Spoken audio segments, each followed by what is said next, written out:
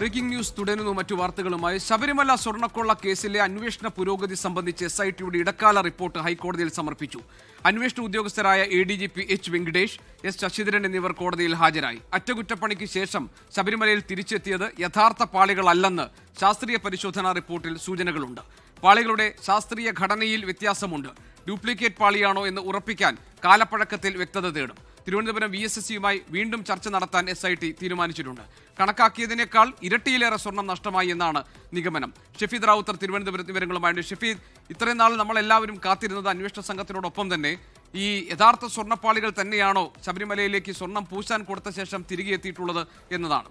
അത് യഥാർത്ഥ പാളികളല്ല എന്ന് തെളിയിക്കുന്നതാണോ ശാസ്ത്രീയ പഠനങ്ങളിലൂടെ പുറത്തു വന്നിരിക്കുന്ന വിവരങ്ങൾ? അത് ഉൾപ്പെടുന്ന അന്വേഷണ പുരോഗതി റിപ്പോർട്ടാണോ ഹൈക്കോടതിയിൽ SIT സമർപ്പിച്ചിരിക്കുന്നത്? ഉള്ളടക്കം സംബന്ധിച്ച് എന്തെല്ലാം വിവരങ്ങൾ പുറത്തു വരുന്നുണ്ട്? ഉറപ്പായിട്ടും ശബരിമലയിലെ യഥാർത്ഥ സ്വർണ്ണപ്പാളികൾ മൊത്തത്തിൽ അടിച്ചുമാറ്റി വിറ്റത എന്നുള്ള സംശയം അതിപ്പോൾ SITയെ സംബന്ധിച്ചിട്ടുണ്ട്. കഴിഞ്ഞ ദിവസമാണ് ഇതുമായി ബന്ധപ്പെട്ട VSSയുടെ പരിശോധനാ ഫലത്തിന്റെ റിപ്പോർട്ട് SITക്ക് കിട്ടുന്നത്. അതുൾപ്പെടെ SITയുടെ വിലയിരുത്തലും ഉൾപ്പെടുത്തിക്കൊണ്ടാണ് ഇന്ന് ഹൈക്കോടതിയിൽ ഇവർ ഇടക്കാല റിപ്പോർട്ട് സമർപ്പിച്ചിട്ടുള്ളത്.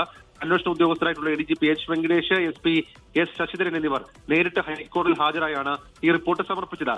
അതായത് ഈ റിപ്പോർട്ടിലെ ഉള്ളടക്കത്തിലടക്കം പറയുന്ന വളരെ പ്രധാനപ്പെട്ട കാര്യങ്ങൾ, ഈ ശബരിമല സ്വർണ്ണക്കൊള്ളയിൽ യഥാർത്ഥ പാളികൾ മാറ്റിയെന്ന് SIT സംശയിക്കുന്നു. 1999 UB ഗ്രൂപ്പ് സ്വർണം പൊതിഞ്ഞു നൽകിയ പാളികളുടെ ശാസ്ത്രീയ ഘടനയും നിലവിൽ സന്നിധാനത്തുള്ള ദ്വാരപാലക കട്ടിളപ്പാളികളുടെ ഘടനയും തമ്മിൽ വ്യത്യാസമുണ്ടെന്നാണ് VSS പരിശോധനാ ഫലത്തിൽ പറയുന്നത്.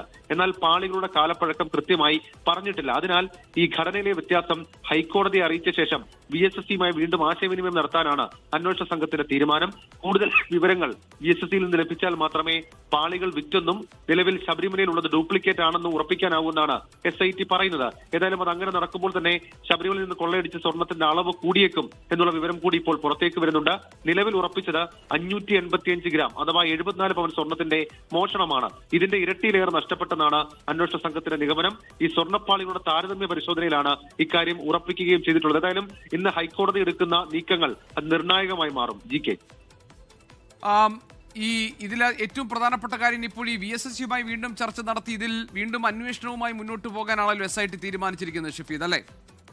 എനിക്ക് ഉറപ്പായിട്ടും. കാരണം ഈ ഘടനാ വ്യത്യാസം എങ്ങനെ വന്നു എന്നുള്ള കാര്യത്തിൽ വിശദമായ ശാസ്ത്രീയ പരിശോധന വേണം എന്നുള്ളതാണ് SITയുടെ കണ്ടെത്തൽ. പ്രത്യേകിച്ച് ഇതിന്റെ കാലപ്പഴക്കം അടക്കമുള്ള കാര്യങ്ങൾ പരിശോധിച്ചാൽ മാത്രമേ 1999 ഇത് സ്ഥാപിക്കുന്ന, അതായത് UB ഗ്രൂപ്പ് സ്വർണം പൊതിഞ്ഞ ശേഷം സ്ഥാപിച്ച അതേ പാളികൾ തന്നെയാണോ ഇപ്പോഴും ശബരിമലയിൽ ഉള്ളത് എന്ന് ശാസ്ത്രീയമായി അന്വേഷണ സംഘത്തിന് സ്ഥിരീകരിക്കാൻ കഴിയുകയുള്ളൂ. ഇപ്പോഴുള്ളത് സംശയമാണ്.